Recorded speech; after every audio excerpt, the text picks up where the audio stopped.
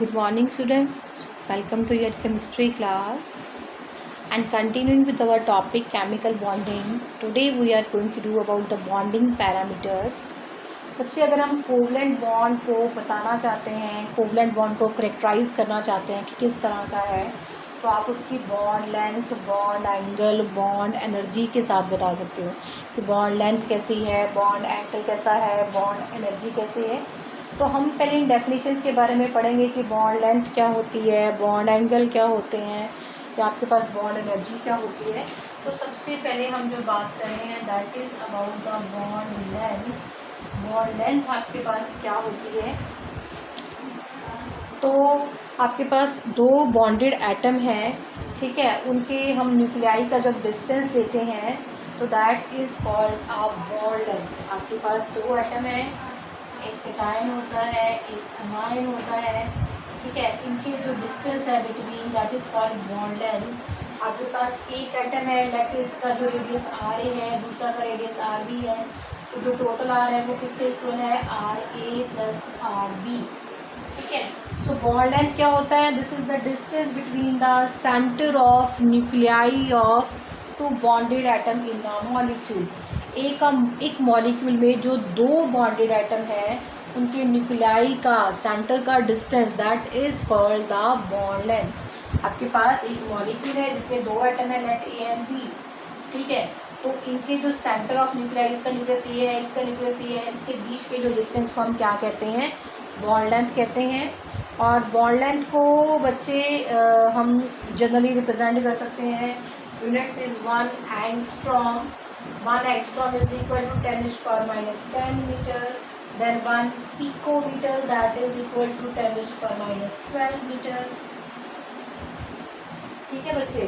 इसके अलावा बच्चे सेकेंड आपके पास है बॉन्ड लेंथ को कौन कौन से फैक्टर्स अफेक्ट करते हैं। बॉन्ड लेंथ की ही बात कर रहे हैं, the factors affecting the bond length, the factors affecting the bond length, factors affecting the bond length। कौन कौन से फैक्टर्स हैं बच्चे जो बॉन्ड लेंथ को इफेक्ट करते हैं। First one is bond multiplicity. Bond multiplicity, bond multiplicity का बच्चे आपके पास मतलब होता है बॉन्ड मल्टीप्लिसिटी। बॉन्ड मल्टीप्लिसिटी का मतलब होता है जैसे आपके पास डबल बॉन्ड है, ट्रिपल बॉन्ड है, उसे हम बच्चे मल्टीपल बॉन्ड कहते हैं। If you are having double bond, triple bond, that is called multiple bond, ठीक है। तो आपके पास क्या होता है कि जैसे जैसे बॉन्ड मल्टीप्लिसिटी बढ़ती है, जो बॉन्ड लेंथ है वो डिक्रीज हो जाती है, ठीक है। जैसे जैसे आपके पास सिंगल बॉन्ड होता है, डबल बॉन्ड होता है, ट्रिपल बॉन्ड होता है, उससे जैसे बॉन्ड मल्टीप्लिसिटी बढ़ती है, सिंगल से डबल ट्रिपल बॉन्ड हो जाता है, तो जो बॉन्ड लेंथ है वो क्या करती है, डिक्रीज करती है। मीन्स आपके पास single single C carbon carbon single bond है, सी डबल बॉन्ड है, सी ट्रिपल बॉन्ड है, ठीक है। अगर आपके पास बॉन्ड मल्टीप्लिसिटी बढ़ रही है तो बॉन्ड लेंथ क्या करेगी, डिक्रीज करेगी। इन सिंपल वर्ड ये आपके पास तो बॉन्ड मल्टीप्लिसिटी इस ऑर्डर में बढ़ रही है। बट अगर मैं बॉन्ड लेंथ की बात करूँ, बॉन्ड लेंथ जो आपके पास इंक्रीजिंग ऑर्डर है, सी की बॉन्ड लेंथ बड़ी होती है, then C double bond C, then C triple bond C. तो जैसे जैसे आपके पास मल्टीपल बॉन्ड आएगा, आपके पास बॉन्ड लेंथ क्या करती है, डिक्रीज करती है। सिंगल बॉन्ड की बॉन्ड लेंथ ज़्यादा होती है एज कम्पेयर टू डबल और ट्रिपल बॉन्ड। सेकेंड फैक्टर बच्चे जो आपके पास है साइज ऑफ द एटम, ठीक है। सेकेंड फैक्टर है size of the atom. Bond length एक तो बॉन्ड मल्टीप्लिसिटी पे डिपेंड करती है, सेकेंड आपके पास जो फैक्टर है जिसके ऊपर ये डिपेंड करती है that is the size of the atom. तो जैसे जैसे आपके पास बच्चे एटम का साइज इंक्रीज होता है तो आपके पास बॉन्ड लेंथ भी इंक्रीज करती है। जैसे हमने पी ब्लॉक एलिमेंट किया है तो आपको पता है पहले मेंबर है कार्बन, सिलिकॉन, जर्मेनियम। अब एक कार्बन कार्बन की बॉन्ड लेंथ है, एक सिलिकॉन सिलिकॉन की बॉन्ड लेंथ है, एक जर्मेनियम जर्मेनियम की बॉन्ड लेंथ है। तो अब इसमें एटम का साइज स्मॉल है, इसमें एटम का साइज बढ़ गया, इसमें एटम का साइज और बढ़ गया, तो साइज बढ़ रहा है आपके पास, तो आपके पास बॉन्ड लेंथ भी क्या करती है, इंक्रीज करती है। In simple words top to bottom, जैसे जैसे आपके पास साइज बढ़ रहा है, carbon to carbon, silicon to silicon, germanium to germanium, जैसे जैसे एटम का साइज बढ़ रहा है बॉन्ड लेंथ भी क्या करती है, इंक्रीज करती है। तो आपके पास बॉन्ड लेंथ कब ज़्यादा है, अगर आपके पास सिंगल बॉन्ड है एज़ कम्पेयर टू डबल और ट्रिपल बॉन्ड। सेकेंड, अगर आपके पास एटम का साइज़ बड़ा है तो भी बॉन्ड लेंथ क्या होगी, ज़्यादा होगी।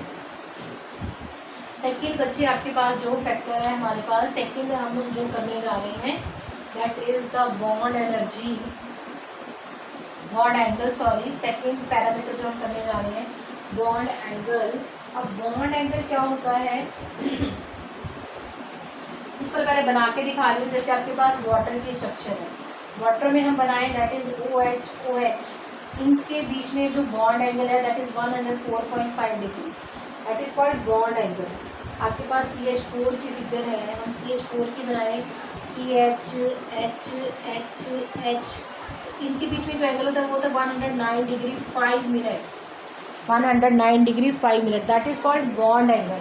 सो बॉन्ड एंगल क्या होता है, it is the average angle between the orbitals containing bonding electron pair around the central atom in a molecule. ठीक है, सेंट्रल एटम है आपके पास, दूसरा आपके पास साइड में बॉन्डिंग इलेक्ट्रॉन पेयर्स हैं। ठीक है, बॉन्डिंग इलेक्ट्रॉन पेयर्स हैं, बॉन्डिंग जो आपके पास ऑर्बिटल्स हैं जिसमें बॉन्डिंग इलेक्ट्रॉन पेयर्स हैं वो सेंट्रल एटम के साथ कितना एंगल बना रहे हैं, that is called bond angle. अब यहाँ पे ये बॉन्डिंग इलेक्ट्रॉन है, ये बॉन्डिंग इलेक्ट्रॉन है, तो ये सेंट्रल मेटल के साथ ये जो बॉन्डिंग इलेक्ट्रॉन वाले ऑर्बिटल हैं वो कितना एंगल बना रहे हैं, that is called bond angle. ठीक है, it is the angle between the orbitals, orbitals जिसमें बॉन्डिंग इलेक्ट्रॉन है। ठीक है, ऑर्बिटल जिसमें बॉन्डिंग इलेक्ट्रॉन पेयर है around the central atom, central atom के अराउंड जो आपके पास बॉन्डिंग एटम है। ठीक है, जो सेंट्रल एटम के अराउंड बच्चे जो आपके पास बॉन्डिंग इलेक्ट्रॉन्स हैं वो कितना एंगल बना रहे हैं सेंट्रल एटम के साथ, that is called its bond angle. Third आपके पास जो फैक्टर है that is the bond energy. Third factor जो है आपके पास that is the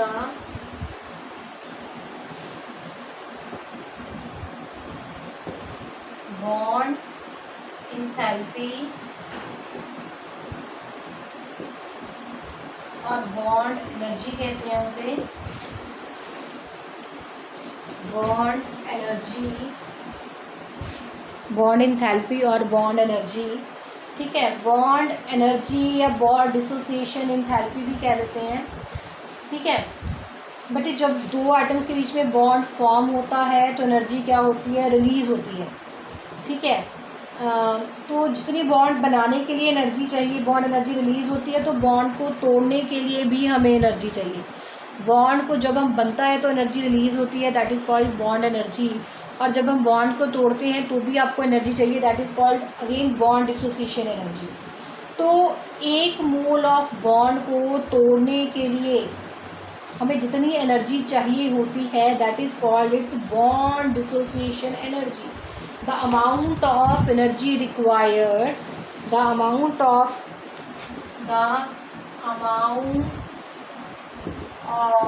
energy required to break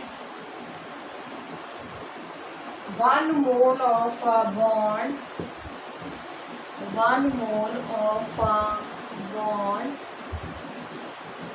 of a particular type, of a particular type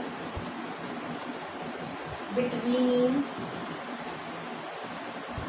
the atoms in a gaseous state is also called bond dissociation energy, bond dissociation energy. ठीक है, आपके पास एक मोल bond है किसी particular type का। ठीक है, between the atoms in the gaseous state, आपने जो एटम्स लेने हैं वो गैसियस स्टेट में लेने हैं, तो उनके बीच में जो पर्टिकुलर बॉन्ड होता है, ठीक है, 1 mole of that particular bond को तोड़ने के लिए जितनी हमें एनर्जी रिक्वायर्ड होती है that is called bond dissociation energy. Simple word है, बॉन्ड को तोड़ने के लिए जो एनर्जी चाहिए that is called bond dissociation energy. ठीक है, एक मोल बॉन्ड को तोड़ने के लिए हमें जो एनर्जी चाहिए, जो एटम जो है वो गैसियस स्टेट में है, that is called bond dissociation energy. जैसे आपके पास HH है, इस बॉन्ड को तोड़ने के लिए हमें जो एनर्जी चाहिए that is called its bond dissociation energy. आपके पास O2 मॉलिक्यूल है, उसके बॉन्ड को तोड़ने के लिए जो एनर्जी चाहिए that is called bond dissociation energy. ठीक है, ठीक है, एक मोल बॉन्ड को तोड़ने के लिए जो हमें एनर्जी चाहिए होती है that is called bond dissociation energy. ठीक है, ये भी बच्चे आपके पास दो फैक्टर पे डिपेंड करती है, factors on which bond dissociation energy depends. First one is the size of the bond atom, size of bonded atom. Size of bonded atom में बच्चे आपके पास क्या है, जितना साइज बड़ा होगा, ठीक है, बॉन्ड को तोड़ना बच्चे उतना आपके पास इजी हो जाता है। ठीक है, स्मॉलर द जितना एटम का साइज स्मॉल होता है, बॉन्ड को तोड़ना, बॉन्ड उतना ज़्यादा स्ट्रांग होता है, बॉन्ड को तोड़ने के लिए बच्चे उतनी ज़्यादा एनर्जी लगती है। इन सिंपल वर्ड आपके पास जैसे कार्बन कार्बन है, सिलिकॉन सिलिकॉन है, जर्मेनियम जर्मेनियम है, तो इनमें आपको पता है साइज बड़ा है, जर्मेनियम जर्मेनियम का बॉन्ड लेंथ वीक होती है तो बॉन्ड को तोड़ना आसान होता है। यही कार्बन का साइज स्मॉल है, बॉन्ड स्ट्रांग है, तो इनके बॉन्ड को तोड़ने के लिए बच्चे जो है वो आपके पास ज़्यादा एनर्जी लगती है। ठीक है, सेकंड है आपके पास जो फैक्टर पे डिपेंड करता है that is the bond length. जितनी बॉन्ड लेंथ शॉर्ट होती है बॉन्ड एनर्जी उतनी ज़्यादा लगती है तोड़ने के लिए। बताओ आपके पास कार्बन कार्बन सिंगल बॉन्ड है, कार्बन कार्बन डबल बॉन्ड है, कार्बन कार्बन ट्रिपल बॉन्ड है, तो ट्रिपल बॉन्ड में बॉन्ड लेंथ सबसे ज़्यादा स्मॉल होती है। जितनी ज़्यादा स्मॉल होती है बच्चे बॉन्ड को तोड़ने के लिए उतनी एनर्जी क्या लगती है, ज़्यादा लगती है। तो bond dissociation energy is more in carbon carbon triple bond than double than the single bond. जितनी ज़्यादा मल्टीप्लिसिटी होती है ट्रिपल डबल सिंगल, आपके पास जितनी ज़्यादा मल्टीप्लिसिटी है उतनी ज़्यादा बॉन्ड को तोड़ने के लिए बच्चे आपके पास एनर्जी क्या लगती है, ज़्यादा लगती है। तो बॉन्ड डिसोसिएशन एनर्जी आपके पास कम कब है, अगर साइज़ बड़ा है, कम कब है जब आपके पास सिंगल बॉन्ड लेंथ है, बॉन्ड लेंथ जो है वो लार्ज है, तो आपके पास बॉन्ड को तोड़ना आसान है। अगर बॉन्ड लेंथ आपके पास double single double triple bond है आपके पास, तो आपके पास बॉन्ड मल्टीप्लिसिटी के साथ बॉन्ड एनर्जी भी क्या करेगी, इंक्रीज करेगी। And the last parameter is the bond order, and the last parameter is the bond order. ठीक है, फोर्थ फैक्टर है आपके पास बॉन्ड ऑर्डर। बॉन्ड ऑर्डर क्या होता है, जैसे आपके पास कार्बन कार्बन में डबल बॉन्ड है, ऑक्सीजन ऑक्सीजन में डबल बॉन्ड है, एन के बीच में ट्रिपल बॉन्ड है। ठीक है, बॉन्ड ऑर्डर क्या होता है कि दो एटम्स के बीच में, मॉलिक्यूल में दो एटम्स हैं, उनके बीच में आपके पास कितने बॉन्ड बन सकते हैं, तो number of bonds present between two atoms in a molecule. ठीक है, दो एटम्स के बीच में जो बॉन्ड बन रहा है, कितने बॉन्ड बन सकते हैं, इसमें सिंगल बॉन्ड बना है, इसमें डबल बॉन्ड बना है, इसमें डबल बॉन्ड बना है, इसमें ट्रिपल बॉन्ड बना है, that is called its bond order. इसका बॉन्ड ऑर्डर 1 है क्योंकि एक बॉन्ड बना है, इसका बॉन्ड ऑर्डर 2 है क्योंकि दो बॉन्ड बने हैं, इसका भी बॉन्ड ऑर्डर 2 है क्योंकि दो बॉन्ड बने हैं, इसमें 3 बॉन्ड बने हैं, तो ये बॉन्ड ऑर्डर क्या है, 3 है।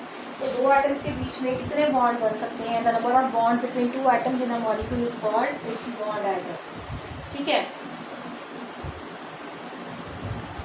next topic that will be our next theory of the on the covalent bond that we will do in our next lecture, but do revise these bonding parameters that will helpful in our next topics, next theories. Okay बच्चे, bye.